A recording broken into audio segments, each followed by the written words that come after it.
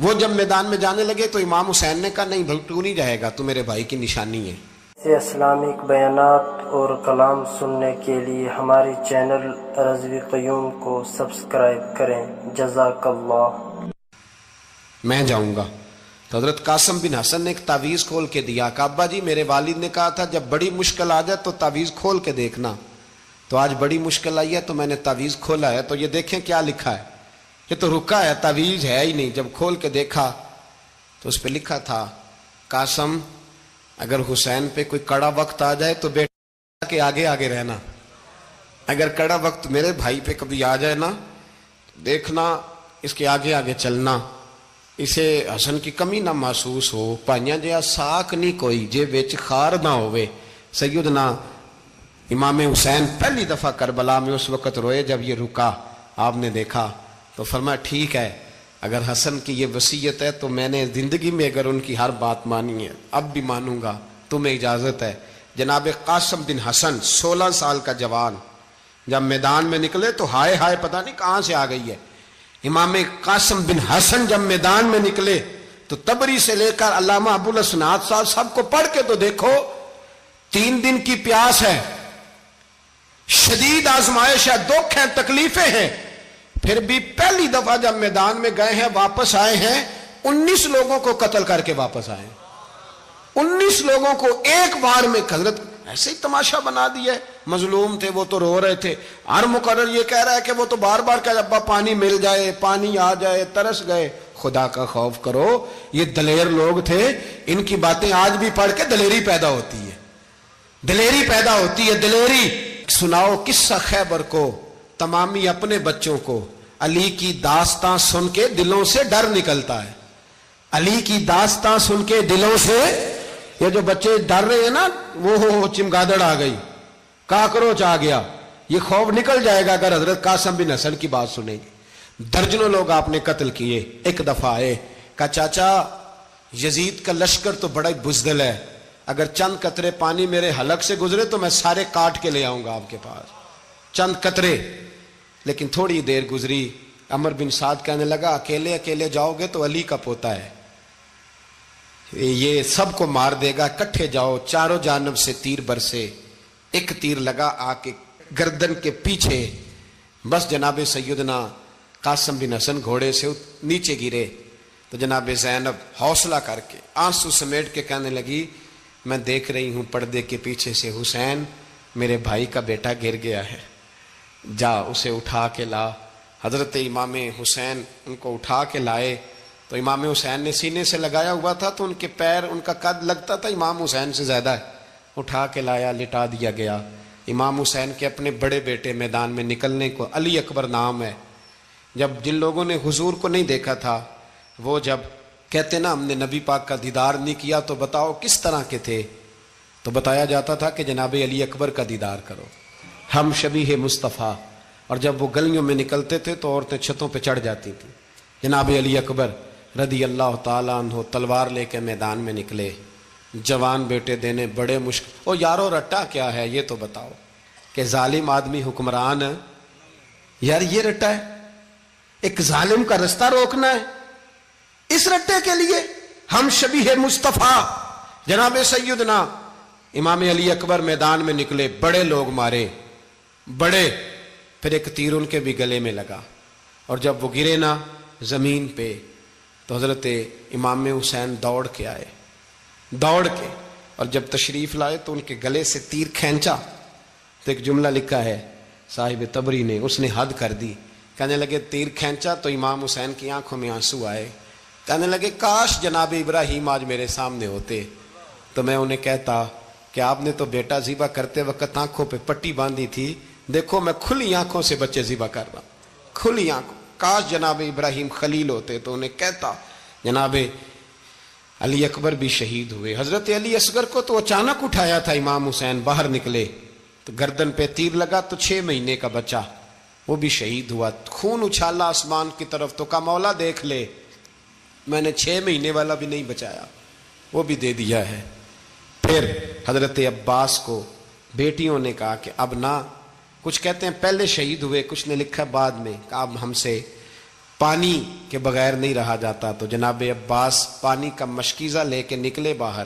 نکلے، ایک ہاتھ کٹا، دوسرے پہ مشکیزہ، وہ بھی کٹا. دیکھ لو میں پس منظر پہ ہوں ابھی تک. میں بتا رہا ہوں کہ جہاد کس کے خلاف تھا؟ ظالم حکمران کے خلاف، ظالم کافر کے خلاف نہیں، مشرک کے خلاف نہیں. حضرت امام حسین رضی اللہ تعالیٰ عنہ نے ہر جگہ ایک ہی بات کی کہ یزید شرابی ہے تو بچے کٹوا دوں گا، شرابی کو ووٹ.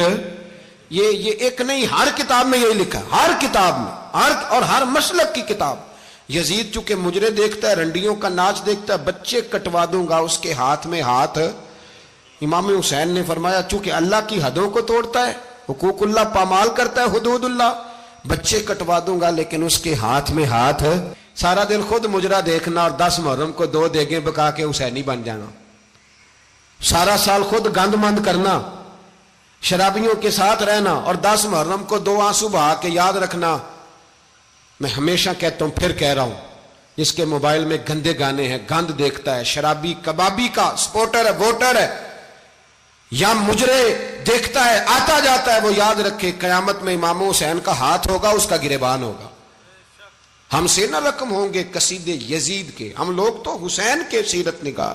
حضرت عباس کا بازو کٹا، پھر پانی تو بھر لیا تھا، لا نہ سکے، پھر گردن کٹی تو شہید ہوئے. بچوں کی بھی شہادت ہوئی، پر جب ان کا لاشا اٹھایا تو امام حسین کہنے لگے مولا اب نہ حسین کی کمر کمزور ہو گئی ہے، اب کمزور ہو. اور بھائی ایک میت ہو جائے تو 4-5 دن تو پوری آنکھیں نہیں کھلتی. کیسا جری خاندان ہے. تھوڑی دیر گزری تو امام علی مقام نے پٹکا باندھا، سر پہ دستار باندھی، مولا علی کی تلوار پکڑی، نبی پاک کا امامہ باندھا اور گھوڑے پہ سوار ہوئے. تو کہنے لگے زینب گھر تیرے حوالے اور میں اللہ کے حوالے، گھر تیرے حوالے اور میں. اور پھر امام حسین نکلے، امام علی مقام نکلے. راوی کہتے ہیں کہ یہ جلوہ پہلے بھی بڑے سونے تھے، پر آج جو رنگ دیکھا وہ کبھی نہیں دیکھا. کیا انداز تھا، جدھر جاتے نعرہ لگاتے تو حد ہو جاتے. اتنے لوگ امام حسین نے کاٹے، اتنے کاٹے، پھر واپس پلٹ کے آئے اور کہنے لگے زینب ذرا پردے کے پیچھے سے دیکھ تو صحیح میری بہن، ان بزدلوں کو جرت ہی نہیں ہو رہی حسین کے مقابلے میں آنے. ایک دوسرے کو دھکا دیتے، تو جا تو جا. پھر اکٹھے وار ہوئے. یہ کون ہے کٹا ہوا، لباس ہے پھٹا ہوا، یہ بال یقین حسین ہے، نبی کا نور عین ہے. پھر چاروں جانب سے تیر برسے. تو امام علی مقام چونکہ نماز کا وقت ہو گیا تھا، اترے گھوڑے سے، خون بہ رہا تھا، گرم ترین ریت سے تیمم کیا، سر سجدے میں رکھا، اور جب شمر آپ کی گردن کاٹنے لگا تو کہنے لگے ٹھہر جا ذرا رب سے ایک بات کر لینے دے. اور پھر بولے امام حسین، کہنے لگے مالک تو اب بتا کہ حسین سے راضی ہے کہ ناراض ہے، تو بتا. تو پھر ایک آواز آئی، یا ایتھا النفس مطمئنہ ارجعی الی ربک راضیۃ مرضیہ. فرمایا نفس مطمئنہ واپس آ جا، تو اللہ سے راضی ہے، اللہ تجھ سے راضی. امام حسین وہاں شہید ہو گئے. اب یہ قافلہ امام حسین کا سر کاٹ، ذرا دیکھنا غور کرنا، سر کاٹ کے نیزے پہ رکھا ہے، جسم کربلا میں پڑا ہے. حضرت امام حسین تشریف لائے، بچوں سمیت آئے. حور بن یزید ایک شخص تھا، حور بن یزید، حور بن یزید نام یاد رکھنا.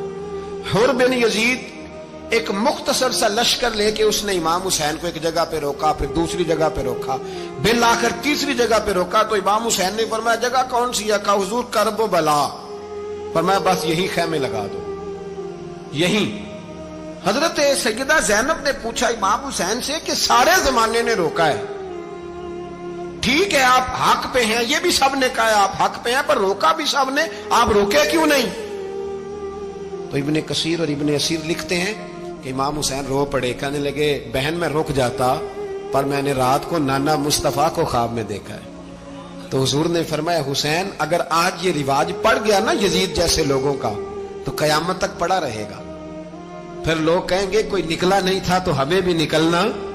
پھر لوگ ظالموں کے سامنے گردنیں جھکانے کے عادی ہو جائیں.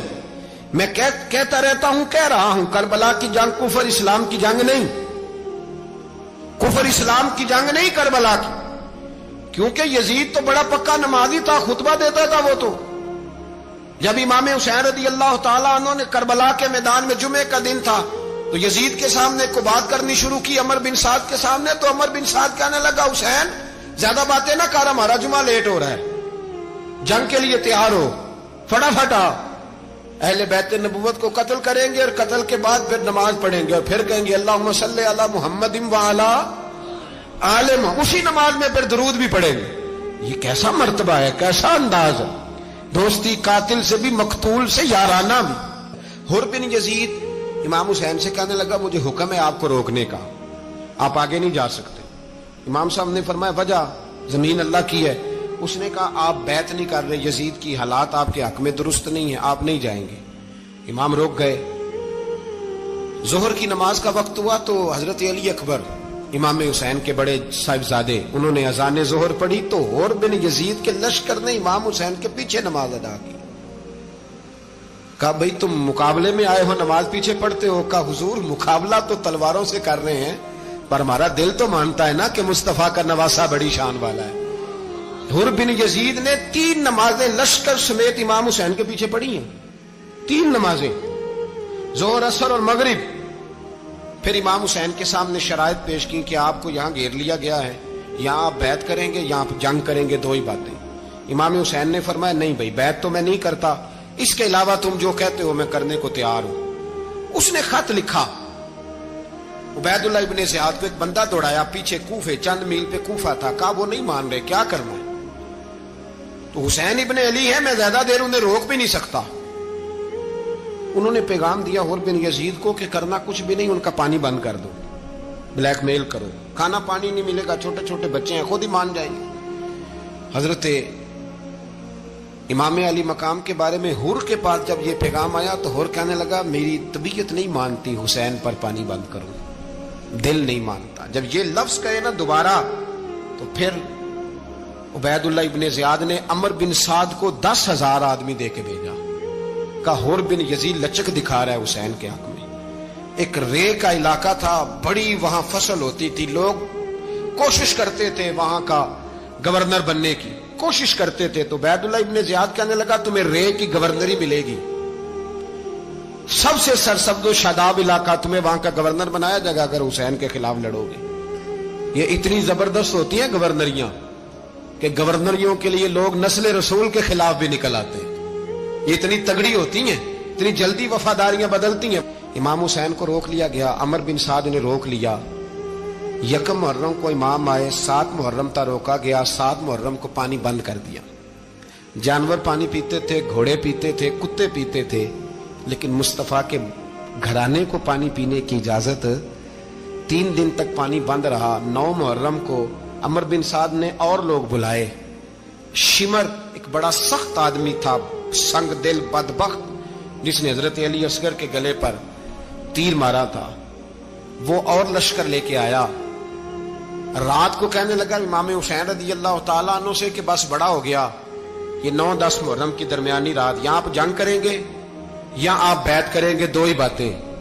امام حسین اندر گئے، سیدہ زینب سے مشورہ کیا، باہر آئے، فرمایا بات وہی ہے جو پہلے دن والی ہے۔ او بھائی بچے ساتھ ہو، صحرا کا علاقہ ہو، تپتی ہوئی ریت ہو، اتنے کٹھن اور سخت حالات، چاروں جانب موت ہی موت، دور دور تک اپنوں کا نام و نشان کوئی نہیں، اور اکیلے فیصلہ کرنے والے امام حسین، باقی سارے بچے ہیں یا عورتیں، سارے بڑے اکیلے۔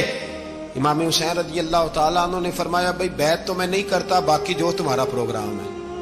شمر اور ابن سعد کہنے لگے پھر جنگ کے لیے تیار ہو جائیں۔ کیا انداز ہے امام حسین کا، فرمانے لگے کل جنگ کروں گا، مجھے پتا تو ہے جنگ کا نتیجہ کیا نکلنا ہے، 1 رات مجھے دے دو تاکہ میں کھل کے اپنے رب کی عبادت تو کر لوں۔